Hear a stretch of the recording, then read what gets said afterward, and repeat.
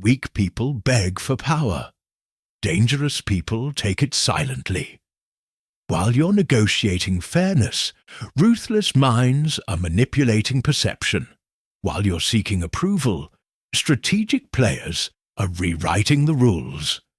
While you're waiting for opportunities, untouchable people are engineering circumstances. The world is not a classroom where good behavior gets rewarded. It's a battlefield where dark intelligence determines who controls and who gets controlled. Right now, someone less educated than you, less experienced than you, less naturally gifted than you, is dominating environments you can't even enter. Not because they're better, because they understand something you've been trained to reject.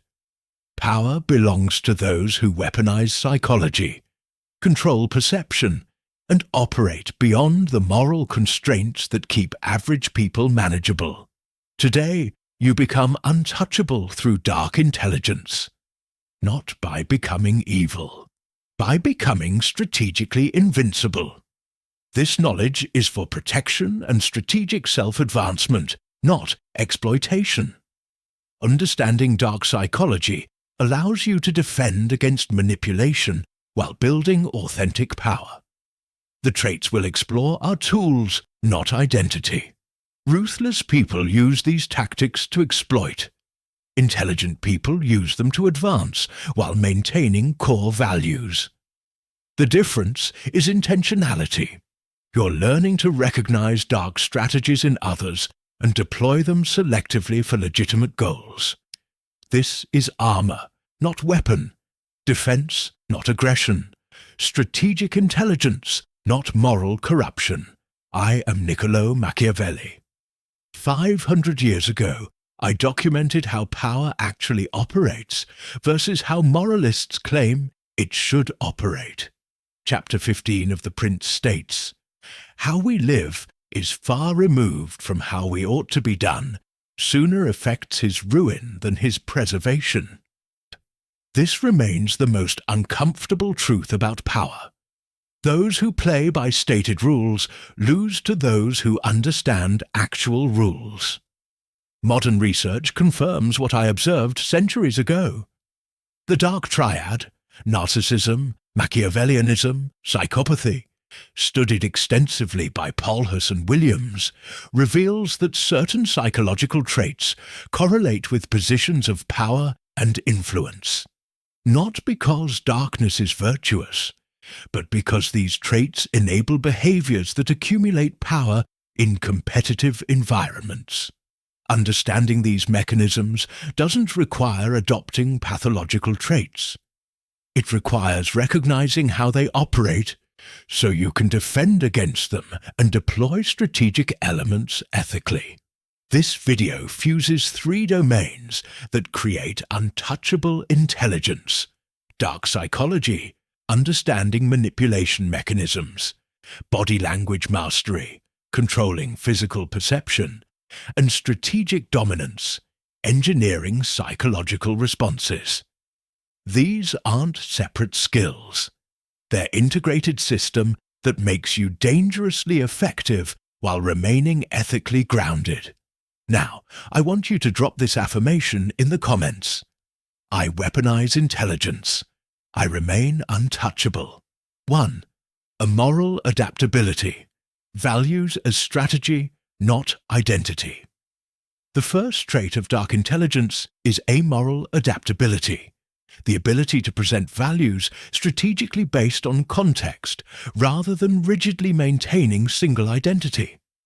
You appear conservative when it serves, progressive when advantageous, traditional when beneficial, innovative when strategic. Your actual values remain internal. Your presented values are tools. Think about people with rigid value presentation. They're predictable. Everyone knows exactly what triggers them, what they'll oppose, what they'll support. This predictability makes them easy to manipulate, easy to avoid, easy to control. They've made their values into weakness by making them visible, and inflexible. Here's what amoral adaptability looks like. You're meeting with traditional clients. You emphasize respect for established methods, proven approaches, conservative growth. You're meeting with disruptive innovators. You emphasize breaking outdated models, aggressive innovation, revolutionary thinking. Same person, different value presentation. Neither is dishonest. You're emphasizing different aspects of complex reality based on strategic context. When you rigidly broadcast single value set, you alienate everyone who doesn't share those values. When you adaptively present values matching your audience, you build rapport with diverse groups while maintaining strategic flexibility. Your actual principles remain consistent internally. Your presented values shift strategically. Body language reinforces this. With traditional audiences, use grounded, stable postures. Feet planted, minimal gesturing, controlled movements, signaling reliability. With innovative audiences, use dynamic, expansive gestures. Forward lean, open palms, varied positioning signaling flexibility and openness to change. Machiavelli stated, "A prince must be a great pretender and dissembler, though not lying, strategically presenting versions of truth that serve objectives." Your values are tools for connection and influence, not rigid identity markers that limit strategic options. Most people make values into identity, broadcasting them constantly. This telegraphs exactly how to manipulate or avoid them. Strategically adaptive people keep core values private while presenting contextually appropriate value frameworks. They're impossible to pin down because they don't limit themselves to single presentation. One approach says, "These are my values, I never deviate." The other says, "I have core principles, I present values strategically based on context." One is predictable and limited. The other is adaptable and untouchable. I want you to drop this affirmation. My values are strategic tools, not rigid identity. 2. Manufactured scarcity. Value through inaccessibility. The second trait is manufactured scarcity, deliberately creating perception that access to you is limited, competitive, and valuable. You're not actually busier than others. You engineer scarcity through controlled availability that makes people perceive you as high-value resource. Think about constantly available people. They're taken for granted. Their time feels worthless because it's abundant. Their attention feels cheap because it's easily obtained. Abundance destroys perceived value regardless of actual capability. Here's manufactured scarcity in action. Someone requests meeting. Instead of "sure, when works for you," you respond, "I have 30 minutes Thursday at 2 p.m. or Friday at 10 a.m. Which works? You've created scarcity framework. Your time isn't negotiable. They adjust to your limited availability or lose access. This single shift transforms perception from available resource to scarce opportunity. When you accommodate everyone's schedule, you signal low value and no competing demands. When you enforce limited windows, you signal high value and competing priorities. People unconsciously conclude, if they're this selective about time, they must be valuable. Body language amplifies scarcity. Maintain still, unhurried movement. Never rush. Slow, deliberate pace signals you're not controlled by external pressure. When someone approaches for your time, don't immediately engage. Finish your current action fully before acknowledging them. This physical scarcity makes your eventual attention feel more valuable. Dark Triad research shows narcissistic traits correlate with perceived confidence and status, partly through scarcity behaviors. They're naturally selective about availability, creating perception of high value. You don't need narcissism, just strategic scarcity engineering. Most people try to be maximally available, thinking it builds relationships. It does. Relationships where they're taken for granted. Strategic people manufacture scarcity deliberately, making their availability feel valuable through controlled limitation. One pattern says, "I'm always available to everyone." The other says, "My availability is limited and must be earned." One gets taken for granted. The other gets perceived as valuable. I want you to drop this affirmation. I am scarce. My access is valuable. 3. Strategic vulnerability. Weakness as trust weapon. The third trait is strategic vulnerability, deliberately revealing calibrated weaknesses to build trust and lower defenses, while concealing actual vulnerabilities. You show carefully selected flaws that make you relatable while protecting real weaknesses. Think about people who never show vulnerability. They're perceived as inauthentic, defended, impossible to connect with. But people who show genuine vulnerabilities indiscriminately get exploited. Strategic vulnerability solves both problems. Here's how it works. You reveal minor, relatable struggle that makes you human without making you weak. I'm terrible at remembering names, or I get anxious about public presentations. These admissions build connection through relatability while revealing nothing truly exploitable. Your actual vulnerabilities, financial pressures, relationship insecurities, deep fears remain completely concealed. When you show strategic vulnerability, others unconsciously lower defenses. They think, this person is honest about weakness. I can trust them. Meanwhile, you've built trust through controlled disclosure while protecting all critical weaknesses. They've become vulnerable to you while you remain protected. Body language coordinates with strategic vulnerability. When revealing your calibrated weakness, use genuine micro-expressions, brief eye contact break, slight shoulder tension, authentic discomfort. These signals read as genuine vulnerability, reinforcing trust building, but maintain strong baseline posture, so the vulnerability reads as authentic admission rather than pervasive weakness. Machiavellian traits from Dark Triad specifically involve using false vulnerability strategically. You're not developing pathology. You're understanding how influence operates through controlled authenticity. Most people either show no vulnerability, appearing inhuman, or show real vulnerability, getting exploited. Strategic operators show carefully calibrated vulnerability that builds trust while protecting actual weaknesses. One approach says never show weakness or be totally authentic about struggles. The other says show strategic vulnerability that builds trust while concealing actual weaknesses. First two get either isolation or exploitation. Third gets trust and protection.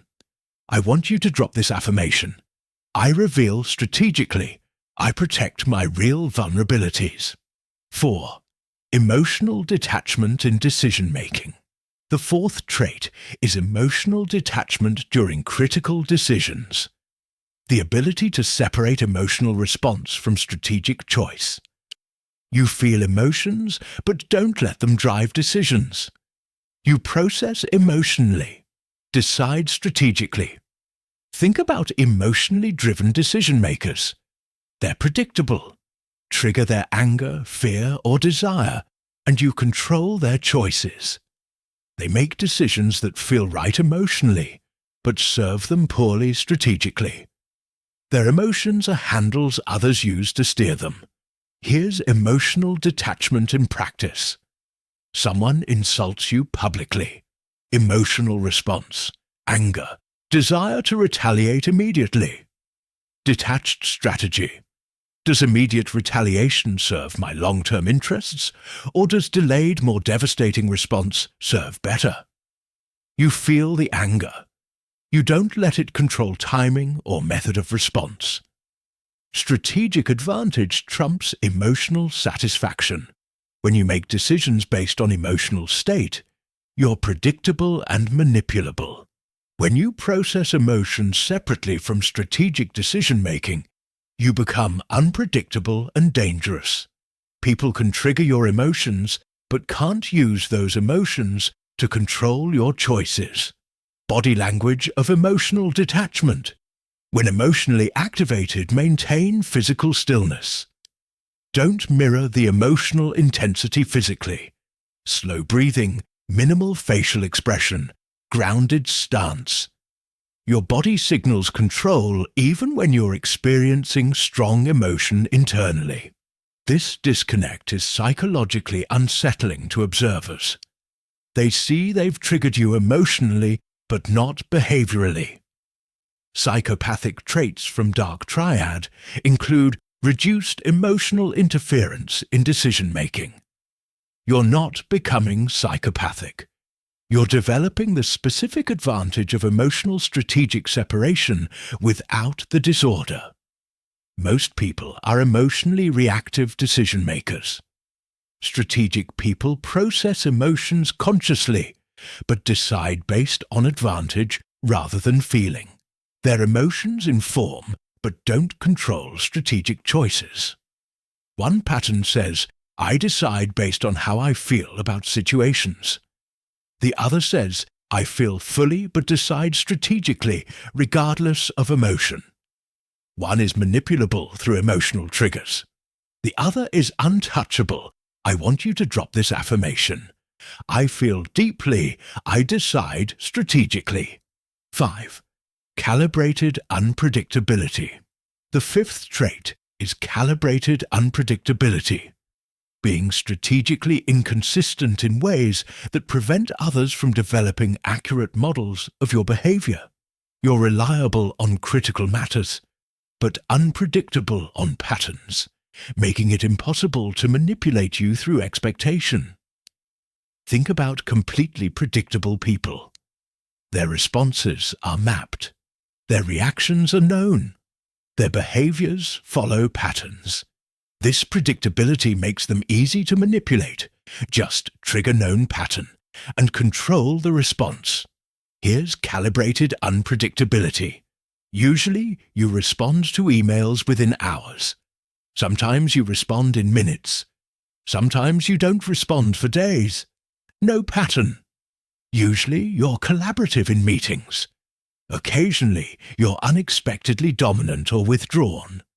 Usually, you dress one way. Periodically, you shift presentation dramatically. The unpredictability keeps people unable to form stable expectations about your behavior.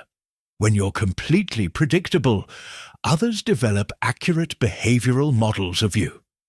These models become manipulation tools. When you're strategically unpredictable, attempts to manipulate through expected patterns fail because the patterns aren't stable. Body language unpredictability. Vary your physical patterns. Usually use open posture. Occasionally adopt closed position unexpectedly. Usually maintain steady eye contact. Sometimes break it unpredictably. Usually speak at measured pace. Occasionally shift tempo without warning. Physical unpredictability prevents others from reading you accurately. Machiavelli advised, it is necessary for a prince wishing to hold his own to know how to do wrong. Not constant wrongness, but unpredictable departure from expected right action. The unpredictability itself is advantage. Most people pride themselves on consistency.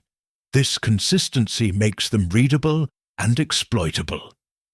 Strategic people maintain reliability on critical matters, while introducing calibrated inconsistency that prevents accurate behavioral modeling. One pattern says, "I'm consistent so people know what to expect." The other says, "I'm strategically unpredictable so people can't model or manipulate me." One is readable. The other is untouchable. I want you to drop this affirmation. I am deliberately unpredictable. I refuse to be modeled. 6. Exploitation of reciprocity instinct. The sixth trait is strategic exploitation of reciprocity instinct, understanding that humans feel compelled to return favors. Then engineering situations where you provide small value that obligates much larger returns. You trigger reciprocity deliberately and harvest disproportionate results. Think about people who don't strategically use reciprocity. They either give without creating obligation, losing leverage, or never give, building no reciprocity capital. Neither approach harnesses reciprocity's psychological power. Here's reciprocity exploitation. You provide someone small but thoughtful favor. Introduction to useful contact, piece of relevant information, minor assistance. The favor costs you little, but creates psychological debt. Later, you request significantly larger favor. Recommendation, resource allocation, critical support. The reciprocity instinct compels them to comply because they owe you, even though the return value exceeds initial favor dramatically. When you give without strategic reciprocity engineering, you're just being generous. When you engineer small favors that create obligation for large returns, you're weaponizing reciprocity. The key is asymmetry. Give small, receive large, maintain plausible deniability that you're exploiting instinct. Body language during reciprocity setup. When providing initial favor, use warm, generous nonverbals. Open posture, genuine smile, giving hand gestures. This frames the favor as pure generosity, masking strategic obligation creation. When calling in reciprocity debt, shift to more neutral, expectant body language that unconsciously signals it's time to return what's owed. Robert Cialdini's research on influence shows reciprocity is one of strongest compliance triggers. You're not manipulating. You're strategically engaging documented psychological mechanism. Most people either don't use reciprocity strategically, losing leverage, or use it so obviously, creating resentment. Strategic operators engineer subtle reciprocity, where they provide small value that creates genuine psychological debt, then harvest disproportionate returns. One approach says, I give without expectation, or I only trade equal value. The other says, I engineer strategic small favors that create obligation for large returns. First two either gain nothing or trade equally. Third multiplies leverage. I want you to drop this affirmation. I create reciprocity debt. I harvest disproportionate returns. 7. Authority through selective silence. The seventh trait is authority through selective silence. Understanding that strategic withholding of speech creates perception of depth, wisdom, and authority that constant talking destroys. You speak rarely and precisely, making every word carry weight that verbal overflow prevents. Think about people who fill every silence with words. They're perceived as anxious, superficial, desperate for approval. Their words blend into noise. Compare to people who speak infrequently but precisely. Every statement gets attention because their silence creates scarcity that makes speech valuable. Here's authority silence in practice. In meetings, you don't contribute to every discussion. You remain silent during routine matters. But when critical decision point arrives, you speak. The contrast between sustained silence and sudden contribution makes your words carry disproportionate weight. People lean in because your speech is rare enough to matter. When you talk constantly, you train people to ignore most of what you say. When you maintain strategic silence and speak selectively, you train people that your speech signals importance. The silence creates authority that constant talking destroys. Body language during authority silence. Maintain engaged nonverbals even when silent. Eye contact, attentive posture, minimal movement. You're not checked out. You're consciously choosing not to speak. This engaged silence reads as selective wisdom rather than disengagement. When you do speak, use minimal gesture and steady eye contact, letting words carry weight without physical distraction. Research shows leaders speak approximately 20 to 30% of meeting time while still controlling direction. Strategic silence plus precise intervention creates authority. Constant participation never achieves. Most people feel compelled to contribute verbally to demonstrate engagement. This compulsion makes them ignorable. Strategic operators maintain authority silence, making their selective speech carry weight. Constant talking prevents. One pattern says, I contribute regularly to stay engaged and visible.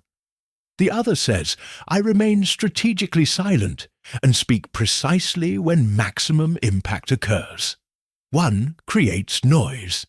The other creates authority. I want you to drop this affirmation. My silence creates authority. My words carry weight. 8. Dominance through controlled mystery. The 8th trait is dominance through controlled mystery. Deliberately maintaining informational ambiguity about yourself that keeps others psychologically engaged, trying to figure you out. You reveal enough to maintain interest while concealing enough to prevent complete understanding. Think about completely transparent people. They're quickly understood and categorized. Once understood, psychological engagement drops. They become known quantities requiring no further attention. Mystery ended equals interest ended. Here's controlled mystery. You share some personal information but leave critical gaps. You explain some of your methods but keep others deliberately vague. You reveal some motivations while concealing deeper drivers. People remain psychologically engaged, trying to complete the picture you're keeping deliberately incomplete. When you're totally transparent, you eliminate psychological tension. When you maintain controlled mystery, you create ongoing cognitive engagement. People think about you more, pay more attention, invest more mental energy trying to understand you completely. This involuntary attention is dominance. You occupy mental space without their conscious choice. Body language of mystery. Occasionally use incongruent signals. Smile that doesn't reach eyes. Verbal agreement with closed body posture. Enthusiasm with stillness. These contradictions create mystery. Which signal is real? What are they actually thinking? The uncertainty keeps psychological engagement active. Machiavelli advised, men in general judge more by the eyes than by the hands. Control what they see, keep what they don't see mysterious. Visual information controls perception. Mystery controls ongoing attention. Most people either hide everything, creating distance, or reveal everything, eliminating interest. Strategic operators maintain controlled mystery. Enough revelation to build connection. Enough concealment to maintain ongoing psychological engagement. One approach says, be completely authentic and transparent or reveal nothing. The other says, reveal strategically, conceal deliberately, maintain mystery. First two create either exposure or isolation. Third creates dominance through persistent psychological engagement. I want you to drop this affirmation. I am deliberately mysterious. I dominate attention. You are no longer someone who plays by rules others break. You're not someone who brings fairness to fights where others bring strategy.